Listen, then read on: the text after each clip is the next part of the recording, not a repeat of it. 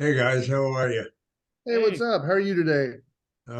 Just another wonderful day in paradise, huh? That's right. That's How are right. you guys doing?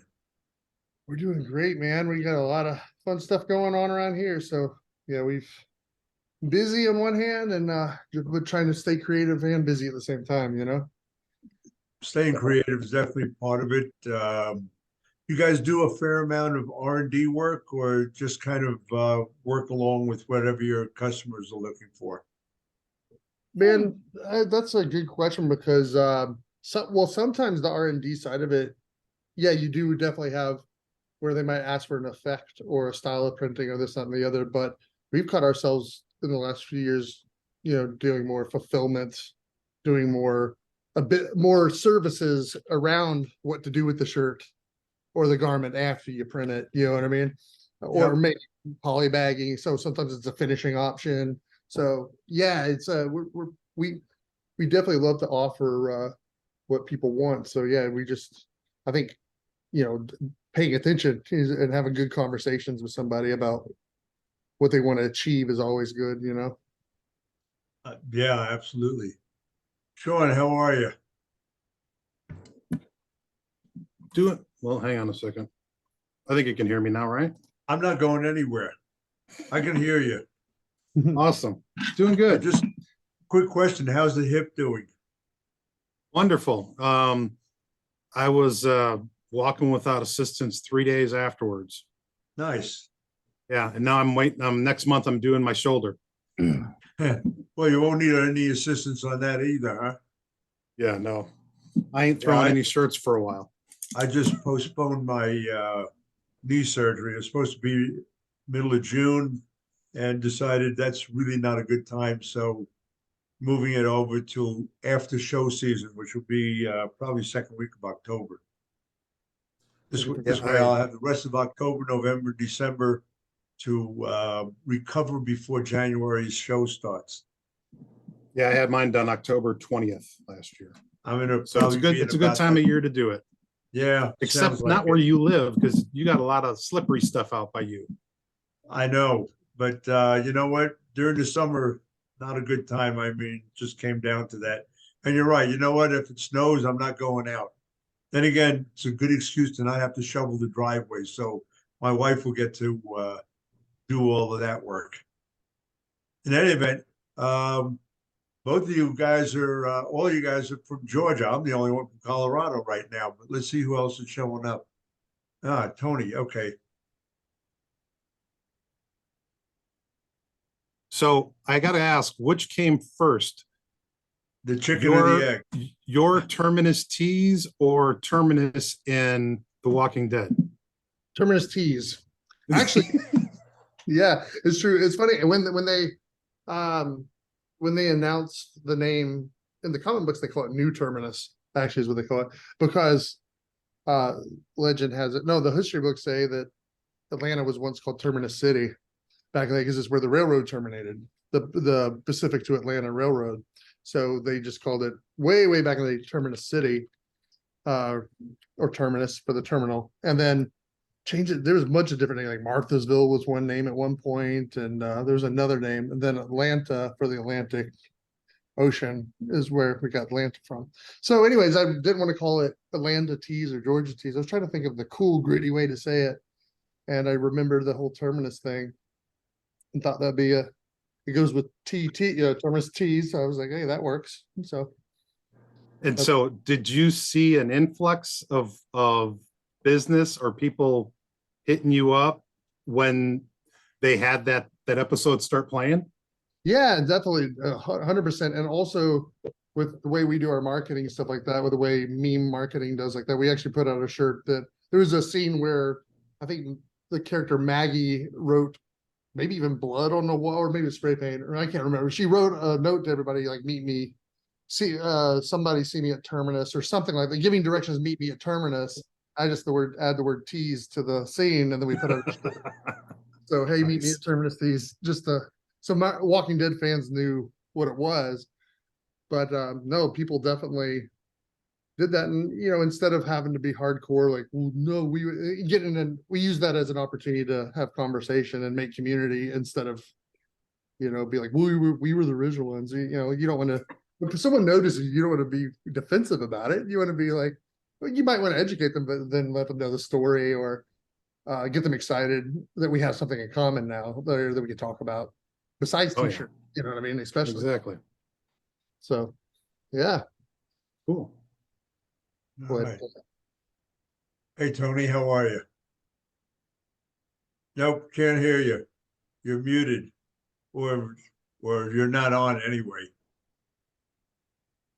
Gotta figure out which I see mic's your lips working. moving, but nothing is coming out. How about now? Nothing? Now you got it. There Yep. it is. How's it going, Charlie? Good. We're still waiting for Sherry to come on, but in the meantime, we have Andrew from PMI is visiting with us as well. Good to see you, Charlie. I know you guys are using some of that tape. How are you, Andrew?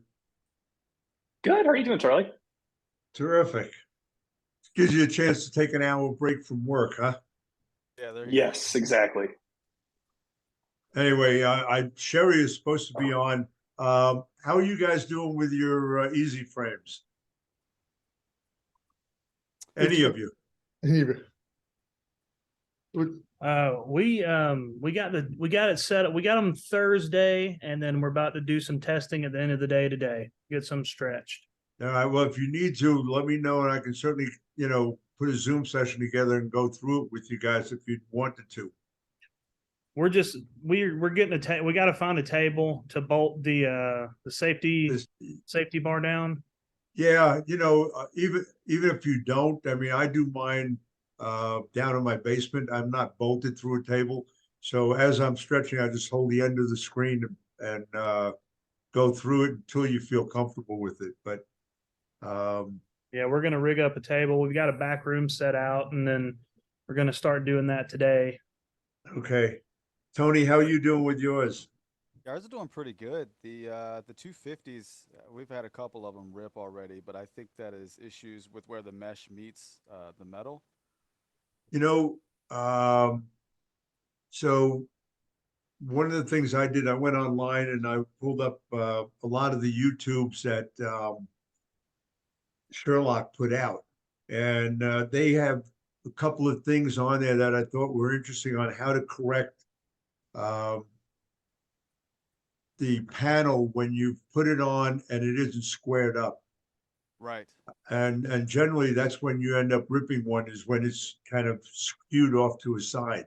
Yep, that was another thought we had. Yeah. So anyway, if you need to, let me know. I can send you a email that has all of the YouTubes on it.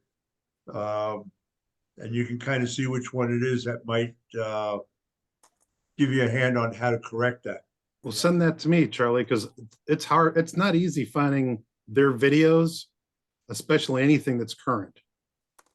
Yeah, well, and these are anything from on the older side to fairly current. But really the ones that the one that I was watching was, every once in a while you go to stretch and you realize that one of the panels has moved forward on you, and so it's not squared into the bar. And David goes through how to adjust that and how to kind of wiggle it back in. So yeah, I'll send that off to you, not a problem. Then again, if you keep ripping panels, I keep selling them to you, so that's not a bad thing. It's not what I'm looking to do, though. yeah. That isn't the deal. It's funny. I think I mentioned the first time I sold a company in Holland a set of easy frames. So I flew over there to train them, and of course, telling them how easy it is. And the first thing I do is I shred the first panel. And it was like, really? Can't believe I flew all this way to screw it up. But you do need to stretch the long side first. I went and stretched the short side, and then we watched the video. It was like, I don't know what I was thinking at the time. Of course, that's a long time ago, but quite embarrassing when you go all that way to show somebody how to do something and screw it up. Then again, I've been known to screw up in the past, so what the hell? In any event, Andrew, how are you doing? Anything new coming out on your end of the road in terms of adhesives? Nothing too crazy. We've got a new tape for the flooring industry that we've put together. So it's obviously not related to what we're talking about today, but it's something new that we've put together. With the screen printing tapes, the newest thing we have is still the double-sided palette tape. And yeah, always kind of looking for new opportunities as well. So it's are you interesting. keeping the low tech or are you primarily going to high tech? We're really suggesting the high tech for people to start with. We're finding with the more feedback that we get that that tends to work better for everybody. It's just more universal and works better for polyesters and blends and works really well with cotton too. So we're kind of starting people off with a high tech version. Okay. And if they say that it's too sticky and it's stretching the garments when they're trying to pull them off, then we suggest the low tack version.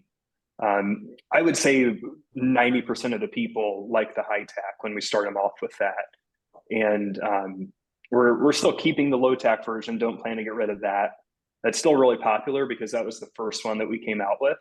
So a lot of people started using that and then they're used to that. And then when they try the high tack, it's too aggressive. So. Huh, interesting. You know, it's funny, in my workshop, I use the registration tape, and there are some others on the market that are pebbly, and I've tried to use them. And the problem is because they're pebbly, you have to use a solvent to wipe them down, which doesn't make any sense to me. But Yeah. Just Wow. weird enough. That was weird.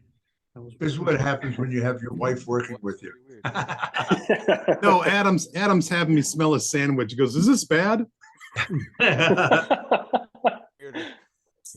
In there. No comment. Now, John and Brad, you guys primarily do plastisol or water base? Both.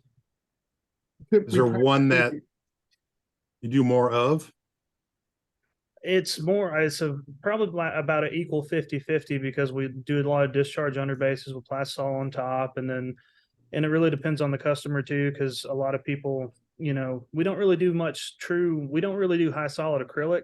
We're more into the discharge stuff. So it's a lot of discharge underbase, plastisol on top, and then more or less we haven't done high solid acrylic in a long time, and I've never found a company or a provider that is really, that stuff's finicky. I'll put it that way.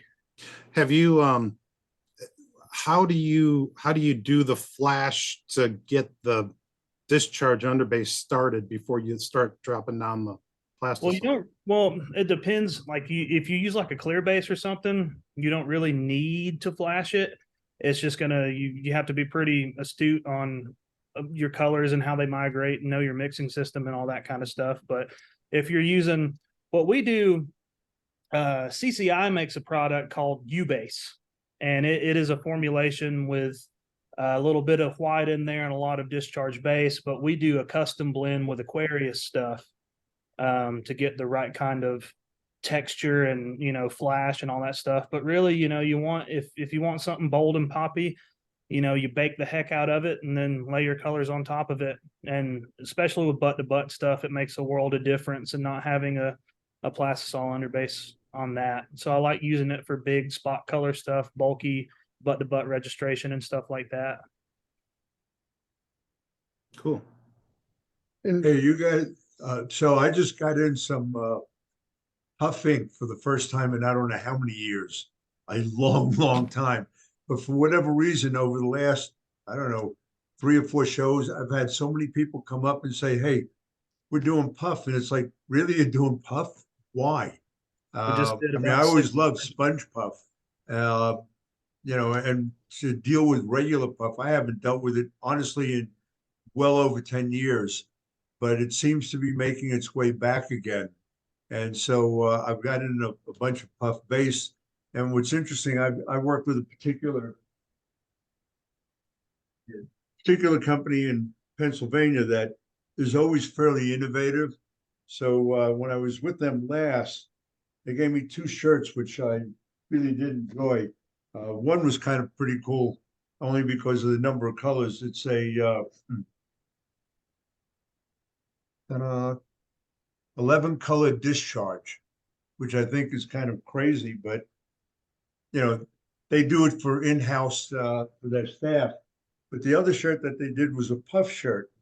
And I don't think they understood enough about it. I think I need to chat with them about it, but their puff was closing up a bit on them. But you know, it's one of those inks that if you haven't been around for a long time, you just haven't had a chance to really play with it and understand how much of a gap you have to have between areas and stuff in order for it to not close up on you. And also to understand that if you give it too much heat, it's going to pop over the top, collapse on you, etc. So I ordered in a bunch of mesh, some 86 and also some 8071 big open stuff, which I know I'll have to probably triple coat. But you guys getting much in the way of any interest in puff, or you are, huh? Yeah, we did about 6 orders in the last month of puff. Really? You know, it's funny because really for like 10 years, you heard nothing. Of course, during that span, the big thing was high density ink. And so with high density, you didn't really go to any of the other lesser expensive specialty inks. You know, puff, I noticed puff is coming in at about 130, 135 a gallon, where and I know certainly on the high density side, you're looking at over 200 a gallon right now. So puff being a relatively inexpensive option. I just got a quart from TechSource today, and it was $91. A gallon was $192. You needed to call me. He's got the puff. He's the puff plug. See, my personal background with the whole industry is always really my background's in marketing is where my world is, and I look at these kind of conversations, and I look at how do we create the need for puff it doesn't even have to be puff. Like it can be anything we want to talk about at all. That's why I wish more material, garment reps, all these different reps would. What do you want to do? Where do you think things are going? What would you like things to go? Because it's about the creative sell. Like what's happening. We're so sales rep heavy. Like I've noticed by the way, I've noticed a lot of screen printing companies they don't have a robust sales team of some kind. They might have a secretary's taking an order, or maybe somebody is, and they tell that kid, if you bring in some orders, they'll give you a commission or a finder's fee, versus we have a program here where someone can make an incredible living doing sales here. That's what I set up here. So what happens around that is if we want to sell more puff, our content's going to push puff ink. Like Brad and I are going to make the stupidest, funniest videos we can around puff ink or something of that nature. And it's all in the moment. Like you'll see, oh, wouldn't that be cool if that one word on that shirt was covered in puff, and then you put that vision in the customer's head. But that's how, and usually what happens is it has to do with what do we want to push, or what does the current equipment do that we could capitalize on from a creative idea or sales point. Good example with Charlie and I, we were all talking about that last time about in the early 90s, oversized printing, like the Looney Tune characters that were like hip hop versions of the Tasmanian Devil. If y'all remember that back in the 90s. I think, and I'm not going to say I knew about this part, but maybe something like the Challenger was coming. I don't know if it was coming out around there, but something had to have been happening where the presses could print that big, and people had those presses, and those people in that moment made $1. They had a good dime off that ability, right? But I noticed you didn't see as much with like oversized on dark color shirts back then. All those Looney Tune shirts were on white. Every one of them were on white. All the cross color shirts are on white. All that kind of stuff back in the day. And since we're in a 90s resurgence, don't be surprised if right around the corner oversized printing gets big again for some reason. So I like it. I like having these conversations because I'm more fascinated with what's driving the demand for puff and finding those answers, while the people who are great at making the puff and printing the puff, we all do work together. I'll be like, hey, I'll help create the need for puff ink if that's what's going on within our company. And Brad and I are a great I'm kind of, I guess you want to say the head of marketing, Brad's head of production. So we're walking in unison with these ideas. Like, what do we want to see happen? And then we create funny content and educational content, whatever we want to create around the said thing. Edutainment. Edutainment is what some people call it. Tony, could you boost your sound up? You talked and we couldn't hear you. If you would, please. Who was that? Can't hear a thing. Yeah. Because I know Pull your mic closer to your mouth. There you go. Yeah, get it close to the Hear it mouth. now. It's like a sensitivity thing, probably. Yeah, let me see. Let me look through my settings. Nope, not catching. You're barely hearing you, and my hearing is bad, so it's really bad. But The mic's like 4 inches away Need to from make his face. sign language stuff. You know, it's interesting with Puff. Big thing with it. I've been at it a little longer than you guys. So initially, it was big in the garment industry for children's wear, and about every 8 to 10 years, a new group of buyers would come in and rediscover Puff, and it was predominantly for children's wear. By the way, the oversized tees, we were doing those in the 70s. The Really? triple XLs for women, where they would tie a knot on the side. So Okay. my most expensive shirt ever, we did a job for Lorne Michaels for Saturday Night Live. We would do all of their shirts. And so for their anniversary shirt, they wanted the New York subway map, and they wanted Rockefeller Center circled and nothing else. So we ran the job. We had some of these triple XL shirts. We had 3 of them. So we threw them on press and printed them off and sent them off with the rest of them, just kind of as a fun thing. A couple of days later, I get a call from Lorne Michaels' office that John Belushi gave away his shirt and would like another one. It's like, really? It's a 6-color jumbo print, and you want me to set up to do one shirt? So, you know, it's one of those deals where you don't want to say no to a customer, especially someone on that level. So the question was, how do you get around that? And I said, you know, we'd love to do it, but we've got to shoot 6 more screens. We've got to set up and print, et cetera.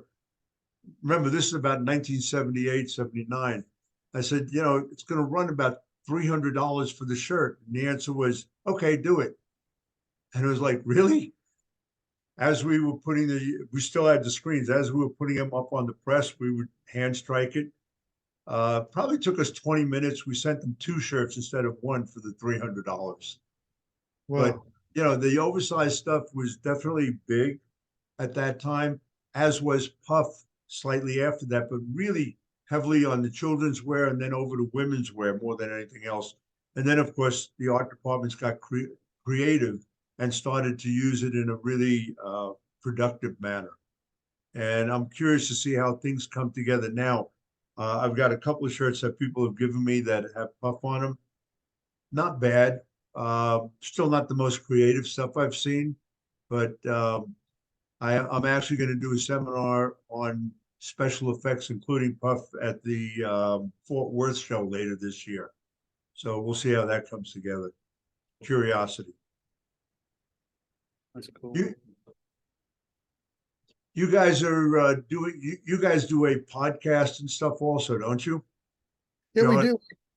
We do a mix. Were you asking us? Is anybody else? I don't want to just jump in. That was only about us. But to go first and say, yeah, we do we got a couple podcasts that are pre-recorded, but we also do our best to, you know, we're pretty good about doing best way to describe it is going live. Yeah, going live. Going live every Friday around 11:30 for a little bit of time, just to really engage with people and have conversations with customers. Yeah. But really, just anybody who's watching, it's real fun. We give away a lot of free T-shirts and stuff during that time, and most of the time we're just, you know, talking about life and goofing off. It's really interesting the way it's all being done now. How much T-shirts do better selling sometimes when you're not trying to sell T-shirts. Really, you know, it's almost like that mini version of getting to go play golf with somebody. It's just a little break in the afternoon to talk to, you know, for me and him to be live, people to engage back and talk about just wherever it goes. And just people really enjoy that, I think, you know, that real life conversation of people hanging out around a community versus we're trying to sell to people or anything like that. Yeah. You know, it's interesting. Prior to the pandemic, I don't think any of us really got very involved with any of the Zoom sessions or anything of that nature. other than on a real business level where it would be called, and it was the always go to meeting situation.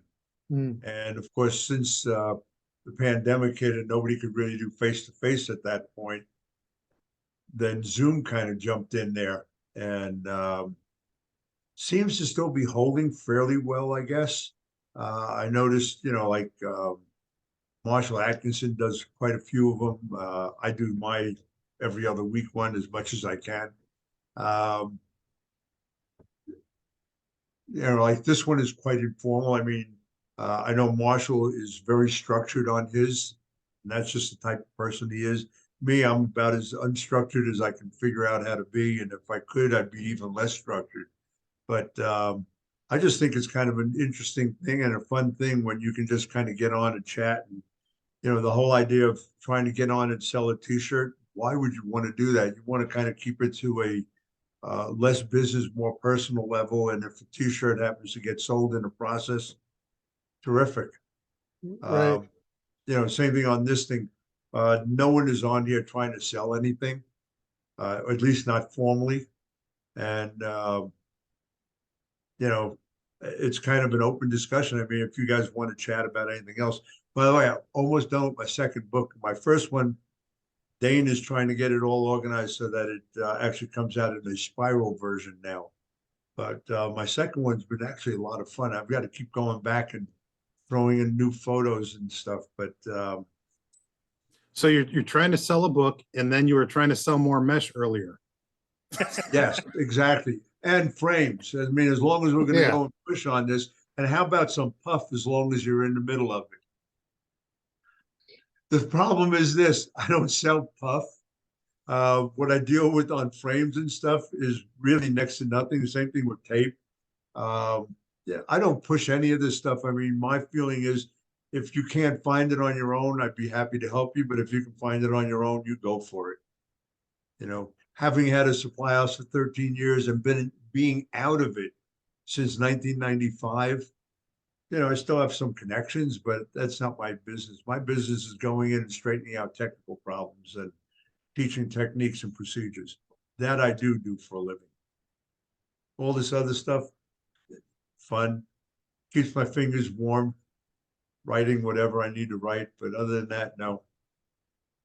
Yeah, ultimately, in that side of the marketing, though, it's where everyone's really looking for, in an oversaturated advertised world, we're looking for trust at the end of the day, and you get trust through an authority, and Yeah. you get authority through experience, good life experience, or proven experience, where you can say, Charlie, you've been there, done that, and you're out there willing to share that information, so sales will naturally come through that channel. Like it's an intrinsic property of trust, is that you want to give.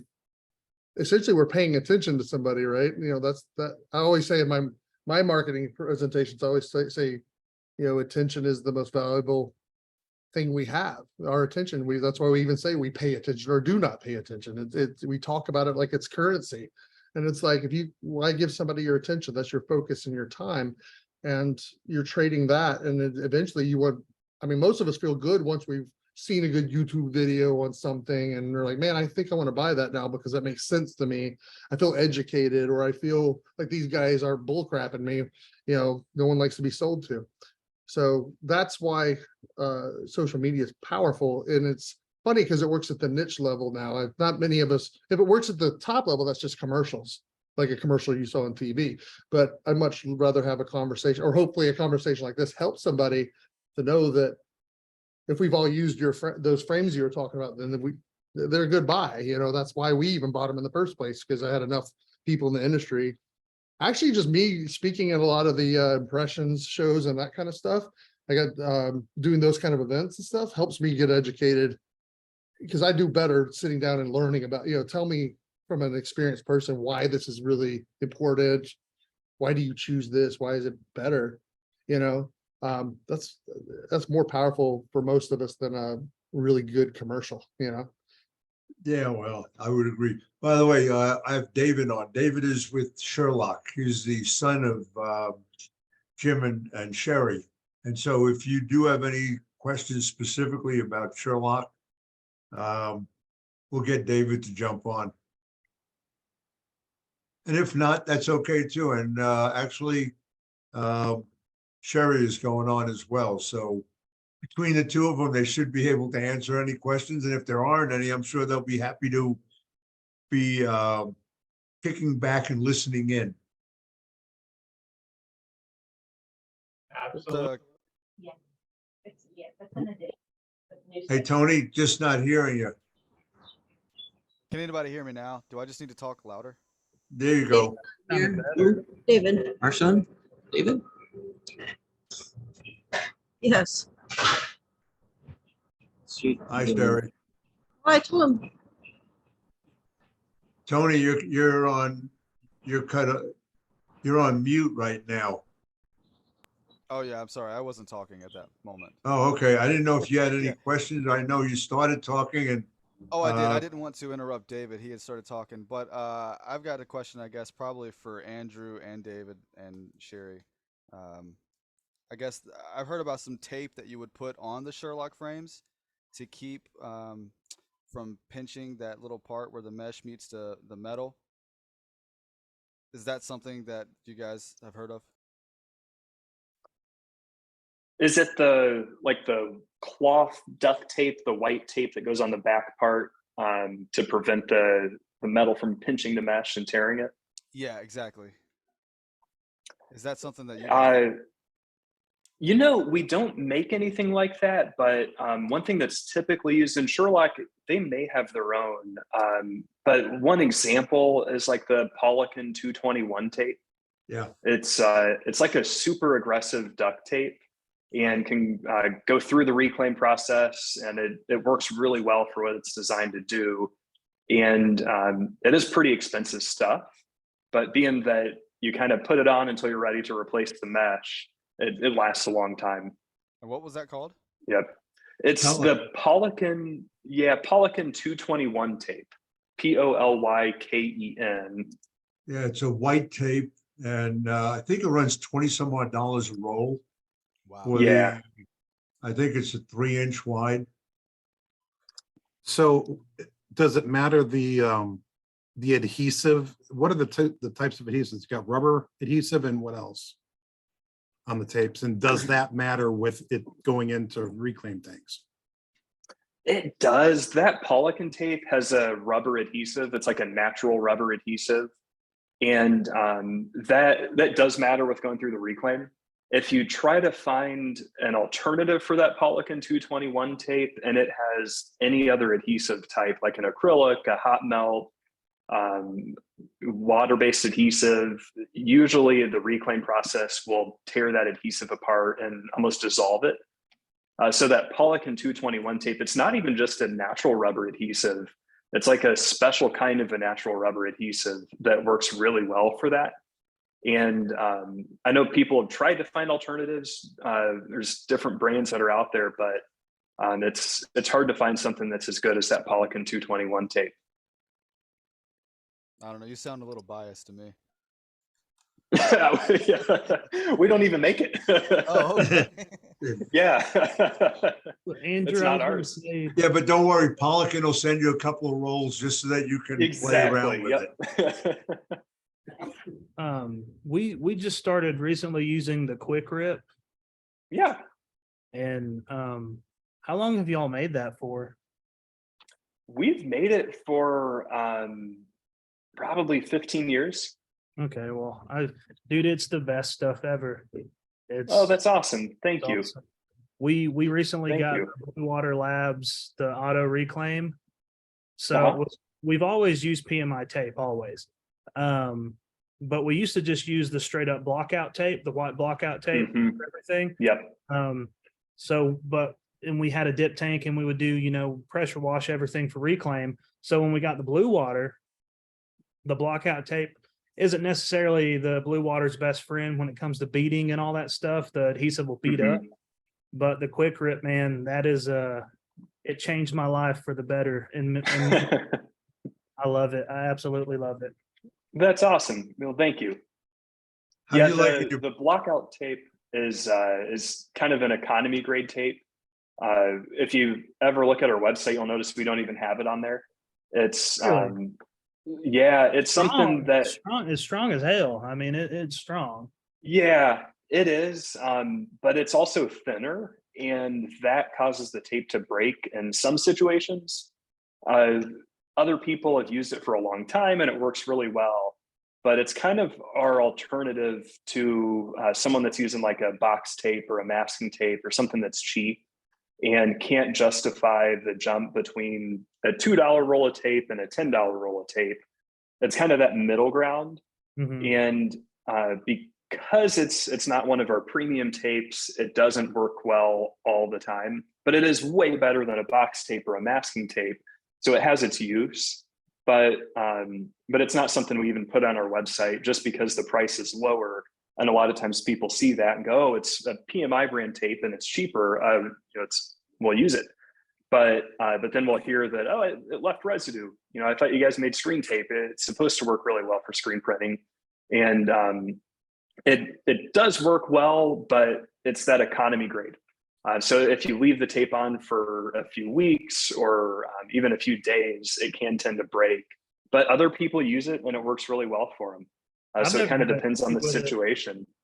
Up Yeah. until we got the blue water, I mean, it would hold out for runs. Like we usually, if we have to double tape, if we're doing a big discharge run, it'll be 3-inch split tape on the squeegee side, and we'll use the blockout tape on the bottom, and it's never given an issue, especially with a dip tank and a pressure washer. It'll just blast right off of there. So Gotcha. nothing but good things. So what do you mean the adhesive would beat up with the blue water tape? So like when it goes through these chambers, and it's a bit different from the M&R one. I've never seen the M&R one in real life, but what happens is there's water jets all through the thing. So there's, Easy Way sponsors this, right, Charlie? Yes, they do. Yeah. So we use Easy Way 701. So it's water, then 701, and then another water tank. So what happens is the pressure from the water, and when you rip the adhesive off, when it goes through, the process of degreasing and all that, that adhesive will just clump up, and then it goes through an air drying. There's air knives in the back of it, and when it goes through the air knives, the adhesive will collect and it will beat up. You can pick it off, but it's just one of those things where it's like, this is kind of weird. But then our rep that we buy from, he was like, "Yeah, use this," and I was like, "Okay." And so we switched to the quick rip. So would you guys leave the tape on and then send it through the blue water?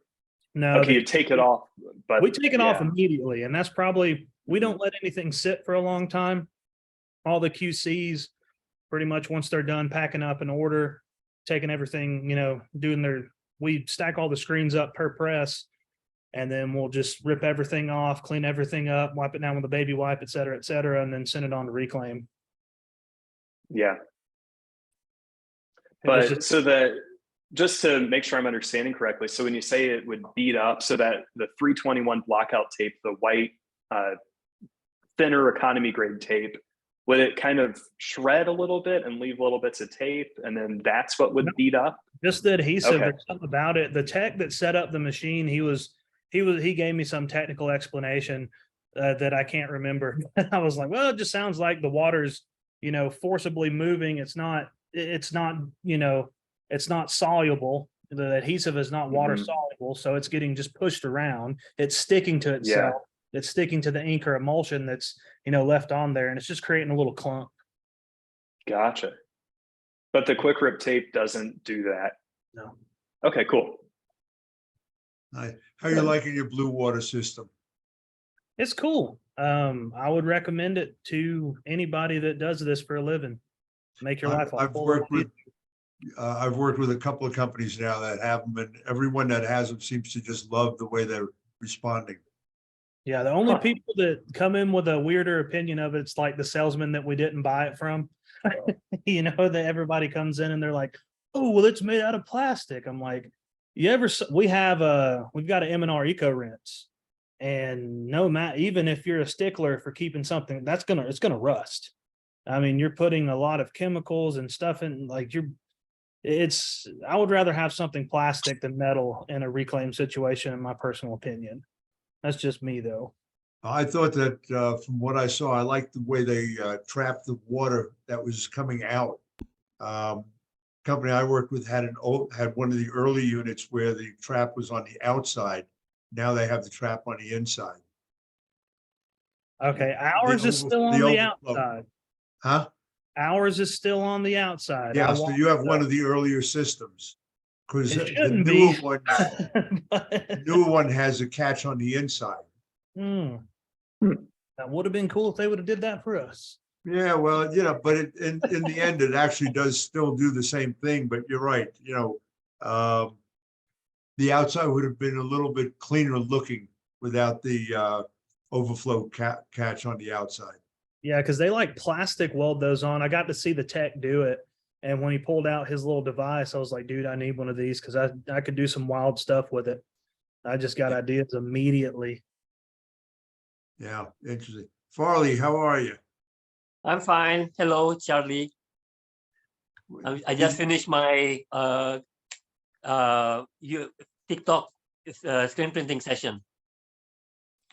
All right. I have Hey, a David, TikTok screen printing group discussion. 700 visitors. nice. It's always good to see you. Hey, David, did you want to say something about the endurance panels? Because everybody here is on the standard panels. Yeah, I was just going to mention for the standard panels, we do have the fabric protectors. So it's a polyethylene strip piece that goes on the perimeter. So Yep. it snaps right into the outer ridge where you put the stretcher. So once you're done stretching and everything's complete and you're done with the fabric, then you can put on the outer groove. It's a strip that just covers the little more than the entire width of the top of the frame itself, and it overlaps into the inside of the frame, not more than 1/8 of an inch, probably a little bit less, but it covers any pinch point area where the fabric overlaps the frame. So that helps prevent the usage of some of those nasty tapes that people don't love to pick off, just exactly like what you're talking about there. So, and those are completely reusable as well. So you can just peel those off, and that polyethylene material is real chemical resistant. It also wipes off and cleans off really easily. And they're really thin. They're probably, I'd say probably 60, 80 thousandths of an inch thick or so, maybe a little bit more, but not very much. It's not going to change a whole lot as far as off contact goes and whatnot. But that's a great option for the standard easy frames to be able to add something on there if you don't want to use the tapes. Yeah, I've used those in the past on some of the frames that I have, and I should probably use them more often. But going from show to show, it's difficult to keep up with it all the time. In any event, yeah, I do have those as well. Probably need to get you some more.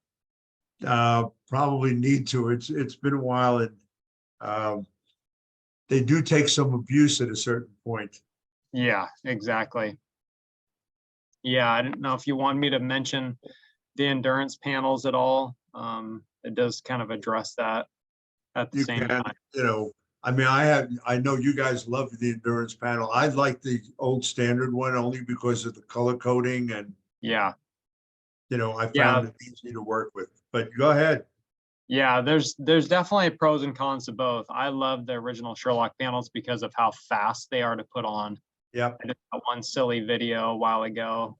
It's ancient on YouTube now, but in I think it was just under a minute, I slapped on an endurance or a standard panel onto a frame, and it's just so quick and easy to load. The endurance panels take a little bit longer, probably, adds another minute or so to it. On a regular basis, stretching a standard Sherlock panel on an easy frame is probably a couple minutes, 2-3 minutes for just somebody that's at a normal clip. You add another minute or so probably for an endurance because you have to slide in the little round rod connector. But if you guys aren't familiar with an endurance panel, the endurance panel is cut out in a larger shape, and then we actually fold the mesh over onto itself, and we create a loop or a pocket around all 4 perimeter edges. And then inside of that perimeter loop or pocket, we slide a 3/16 round nylon rod. So that rod gets slipped in there, and then you actually slide the tension bar over top of that again. So you slide one in, then you slide the aluminum tension bar that stays on the frame. You slide that over it, and then you clip it on to the same hooks. So the base frame on a standard Sherlock easy frame is identical to an endurance easy frame. So that's the same part, the hooking method, how it stretches, all that good stuff. The stretching units that we use, that's all the same. It's just a different receptacle for the two different styles of panels that we have. It's the website we can go look at that at. Yeah, at sherlock.com, SHURLOC.com. And then if you search for endurance, then it will pull that up. We're right in the process of updating the website. Always got to be up on that, but I can put a link to it possibly in the chat here once I'm done talking. Can't multitask too much here. Yeah, I have, I put together a sheet that has all of or has a fair amount of the Sherlock videos on it, and I can just send it to you. Perfect. Or anybody else that want. I'll send it out to all of you. I don't care. Yeah, that'd be great. But I went over the YouTubes that you put together, and some of them definitely are on the endurance panel, where others are on the standard panel. Like I said, I'm a fan of the standard panel just because it's so easy and so easily identified in terms of mesh count, et cetera. So, you know, and you get comfortable with a particular situation, and it's easy to not want to change. Yeah, exactly. The endurance panel, the primary benefit is the fact that, well, one of them is that it's a little bit more simple to ship because we can roll it up. We don't have the rigid plastic strips on the edges, so you can ship more in a smaller quantity box. So that's one good thing for a larger quantity. The other one is the edge protection that's around the perimeter. And a while back, I had done an Instagram shot where I think it was a back to school silly thing where I just found this 350 mesh. I think it was on a 2331 possibly size frame. It had been on there for a little while. So I stabbed some pencils all around the perimeter. I just sharpened pencils, stabbed them all the way around. I probably put 20 pencils in it, and then I stood on it, and the thing didn't rip. So, and it was still at 22 newtons or so for a 350. That was pretty good. And so it just kind of gives you an idea of the protective edge. It acts kind of like a rip stop around the perimeter. And it's really that perimeter edge, just like you guys are talking about, that's where everything takes the abuse. That's where things get hit, they get knocked, they get clamped in presses, they get slid into racks, all that kind of stuff. A lot of people are still stacking up their frames against each other against the wall, which we don't love. We prefer racks, but it's just not always feasible for everybody. So it's nice to have that edge protection on there. And then the other cool thing about the endurance that sets them apart from the standard is the ability to increase tension. So you can add one rod on all four sides one time, and that will increase tension approximately probably 1 to 3 newtons per rod per edge that you put it in. So that is one beneficial thing, especially for thin thread S mesh, where over time you can't start high with S mesh in the first place. So by the time it relaxes and you lose that initial probably 5 to 7 newtons, then you will. It's nice to be able to have the option to increase tension a little bit more to just kind of bring it back to life. So couple little aspects, but both have pros and cons for sure. But hey, everything's better than a static frame though, right, Charlie? Hey, you never hear me talk about static frames. You know, there are some things that just don't make sense when you really analyze them. And the reality is you have no idea what you're getting with a static frame. Mm-hmm. Well, maybe you do realize what you're getting. That's yeah. the problem. That's why they're moving away from yeah. Yeah, you know, I mean, listen, there was a time where everybody owned a stretcher. And so you had static frames. The difference was most people still didn't know how to use their stretcher and get their tension up to where they wanted it. Yeah, they would just do a standard boom, boom, and there it was, and yeah, you glue it down and you move on. And the reality is, there are things about static frames, if you knew how to use them the right way, you could do well with them, but nobody wants to take the time, and it is a long stretch. And so to me, there are some things that just aren't worth the time and effort. So that's my deal on that, but, Much more goes into training too. You got someone Huh? else that has to do it. There's a lot more that goes into the training for it as well. oh yeah. The static. I mean, look, when I started out, we stapled our mesh onto wooden frames. You know, the world has progressed since then. And we did some great looking stuff back then, but everybody that I dealt with and everybody who I competed against was doing the exact same thing. So it came down to how much you understood about the whole printing process, not just the screen. And I bought my first retentionable screens in 1979. Didn't know what the hell to do with them, but I did buy them figuring this sounded, and back then when you got to 15 newtons, you thought you were at the end of the world. Because nobody understood that you could soften corners, et cetera. That didn't show up until later. But, you know, I think having to stay up with what goes on in today's world is part of it. And tension has been a major factor for a long time. And it's easy to pick out the difference once you actually have, if you take the identical job with low tension and high tension and you throw it on press, the difference is pretty remarkable. Not on the first print, but you know, 100 prints into it, you start to see a major difference in terms of quality, in terms of speed. You just can't go fast enough with a low tension screen to get it to give you the result that you want. And speed is definitely part of the package. But moving on, what's new in Indonesia there? Yeah, we're fine. In Indonesia, we don't have retentionable screens. So basically, aluminum screen is something very luxurious for us. Yeah, until now. So it's we don't have the not comfort. We don't have the option. We don't have the option for retentionable screens.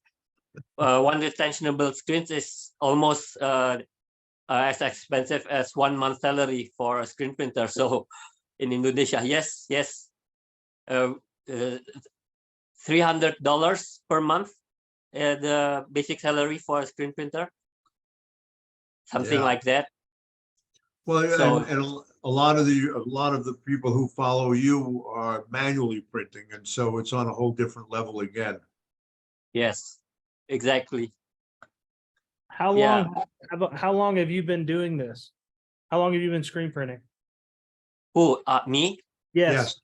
23 years. 33? Sorry, 20 years. 20 years? 2003. Oh wow. Okay. 2003. You look like you're specialized younger than I in am. process color. So What? I'm still using table printing. Right. We have some new techniques like the infinite rotary. The infinite rotary is a combination from standard rotary table, but with Thailand pins. So we don't have the limitations of color. There's only one swing arm, and that's currently trending because it's quite cheap, and there's no limited color. What do you call it? Yeah, we can print like 15 colors in a 6 palette rotary. How are you doing your separations? Is it Photoshop or do y'all like Photoshop, yes. Photoshop? Okay. Only Photoshop without any rips. So we do the ULPI. only with bitmap from Photoshop. That's Yeah, awesome. That's sweet. That is so Yeah. cool. Yeah, some of the printing that comes out of Indonesia is pretty amazing. Of course, they also do have one of the top printers in the world with Johan at Yes. BMS, and he does have a rip and all. He's got all the toys, Yes. including a couple of the 54 station 36 head printers. That's rock. Yeah, And Yeah. then he's got one of everything else. He's got MHM, he's got M&R, he's got everything in there. He's But, basically he's the one who is teaching us how to Yep. do things. That's Yeah, why the simulated process color in Indonesia is quite growing. Yeah, I mean, I've And- seen some wonderful vector work that came out of Indonesia. Yes. I was about to say, we have a lot of bands, a lot of clothing lines that, a lot of that use Indonesian artists. Like, there's a lot of great artists out there too, that they find online, and they're like, I'm looking at some of this work that these kids are sending in. I mean, we're talking young kids, you know, that are creating amazing looking stuff that it just blows my mind. And it's just, I think Yes. you're giving all of us better tools. I mean, you're just seeing, you know, you're seeing amazing stuff come out. One of the things we notice is that we do a lot of filming. We have we create a lot of web content, so a lot of film stuff here. Okay. Like skits and videos. But now if you're giving these young people creative ideas an inexpensive quality way to make a film, you know, that's why you're sending. I'm starting to notice a lot of really beautiful looking films made by independent artists too, you know. So it's Yeah. everything. Just these better tools are giving creative people an opportunity, you know, is essentially. Exactly. So I love it. Yeah. And the good thing in Indonesia, the artists who are doing designs, they also guide us to do the prints.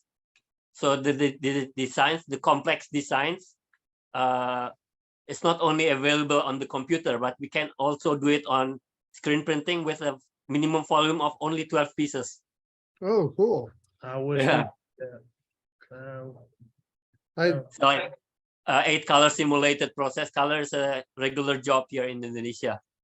that's great. That's so Yeah, cool. no, some of the artwork is just gorgeous. I definitely like a lot of it.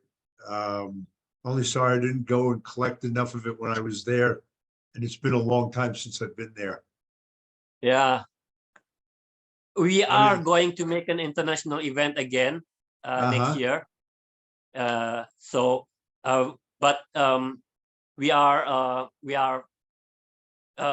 plan to invite YouTubers like Brema, screen printing YouTubers like Print Live. That's what my friends are aiming to invite. I suggested to invite you again. That would be nice. I'd love to. Yeah. Hopefully, yeah, we can make it happen. Who's going to be putting on the show? Bandung Screen Printers.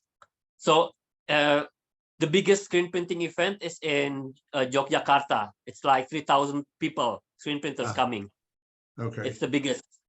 The second is near Yogyakarta. It's another province in East Java. It's 2,600. And Bandung, West Central, the capital Right. of screen printing, Indonesia. We don't have a big event, so we are planning to make a small event in November this year, and a big event next year, November. Nice.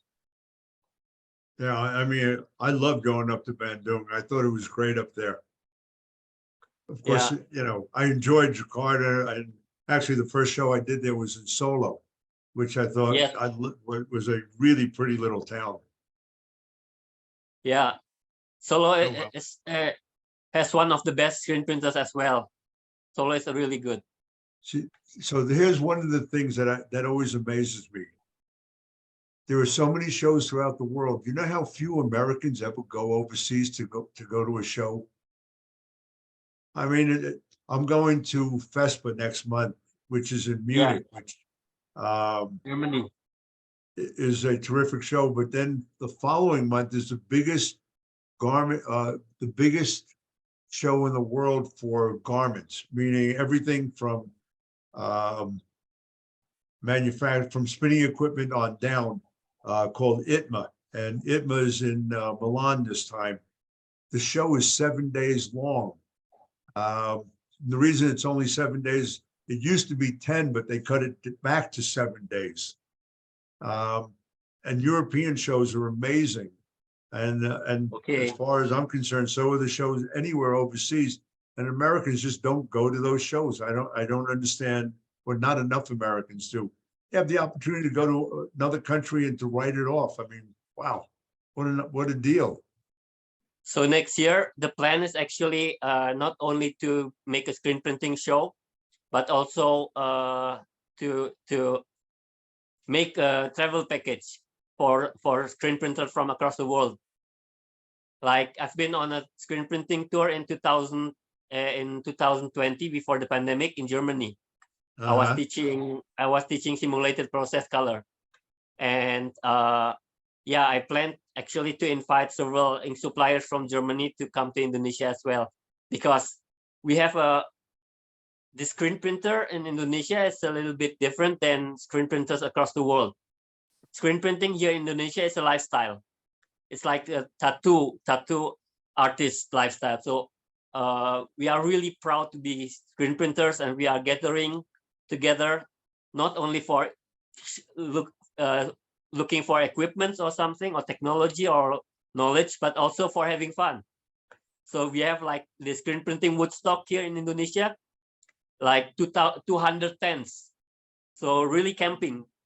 We are camping in the woods, and there's live music, and there's food, etc., and there's bonfires, and we are hanging out together and like collaborating with other fellow screen printers, and that's the lifestyle that we've built this last 10 years or 7 years. Nice. And yeah, it's something. Being a screen printer is something to be proud of here, where I'm from. So yeah, so it's a way of life. Well, yeah, I'll let you know what FESPA Munich is like, but I love European shows. I mean, they supply you with food, they supply you with drinks. By the time you leave at the end of the day, you can't move anymore because you've been eating and drinking all day, which in the US, they don't allow you to do that. In any event, that's not the reason to go to the show, but it's certainly not a bad thing either. In any event, I'm going to be jumping off. There's another Zoom session by Screen Printing Magazine with some of the top women in the industry, and I was going to jump onto that. Gentlemen, it's been fun having you on. John, you guys were awesome. Thank you so much. I do appreciate it. Look forward to coming to Atlanta in the fall for Printing United. Hopefully we'll get a chance to get together at that point. 100%. Sean, I'll see you there as well. And certainly if anybody has any questions or if there's anything I can help out with, you guys do know my email address. It's drprint@aol.com, and be happy to do whatever I can. Perfect. We appreciate your time too. It was good to meet everybody, and yeah, it's been fun. And by the way, all of this has been recorded. It'll be put up on my website in the next couple of days. So if anybody wants to jump onto it or kind of catch up on anything that they missed, it'll be there. Hopefully I'll see you guys. Can I add something? Yeah. John, do you have a website or Instagram where I can contact you that I can check out? Yeah, it's terminustess.com. Yeah, it's just it, or Instagram Terminus Tess as well. Terminus Tess. Okay. I have a YouTube channel as well. I teach. I promote Indonesian screen printing. So if I can contact you, it would be nice. Oh, that'd be great. Yeah, I would love to talk more about that. And I like your idea of going to shows international, Charlie. That's been trying to figure out how to actually do some vacations overseas, but I just need to center it around a screen printing event, and then there you go. I'll tell you what, FESPA Munich is definitely one that's worth going to. The FESPA show is great, but on top of that, Munich and the surrounding areas are fantastic. If you've never been to Germany. No, and what was you said you were going to Milan or something soon? Then in June, it's in Milan, and that's a show called ITMA. let me put it this way. It's the largest show in the world to do with the garment industry. The last one I went to, I thought it took up 12 halls. Wow. Something like 3 million square feet of exhibits. So if, you know, you need to know what you want to see, because if you just go drifting through there, you may never get to the area where screen print is. The Wow. first time I went to that show was in 1999, when it was in Paris. On the first day of the show, they planted cotton. On the last day, they harvested it. Wow. That's pretty cool. It was actually, I wasn't there for the whole show, fortunately, because being in France, they of course went on strike, and the strike didn't end till the last day, which was perfect, because that was when I was there. Other than that, people were walking 5 and 6 miles to get to and from the show each day. Welcome to France.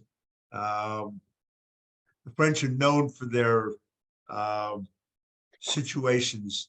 You know, strikes are not unusual in France. I flew into Lyon for a show, and I'm at the airport, and they said, well, we're on strike. I said, really? You mean I got to take a taxi? I said, well, no. It's 1 o'clock. The strike will be over at 2 o'clock, and then you can get on the bus. So we hung out for an hour, and then at 2 o'clock, the strike was over, and you got on the bus. They do things weird. But, you know, if you're interested in any of the overseas shows, I mean, I'd be happy to guide you. Certainly, I'd be happy to take you around if you're at the show. Yeah, that sounds super fun. I'm gonna be looking into more of those. That sounds really good. Terrific. Gentlemen, thank you all for being on. I will have this on my website, as I mentioned, and if anybody has questions, if there's anything I can help out with, don't hesitate. Perfect. Thank you again. Thanks, Charlie. Thank you, guys. Bye, See ya. y'all.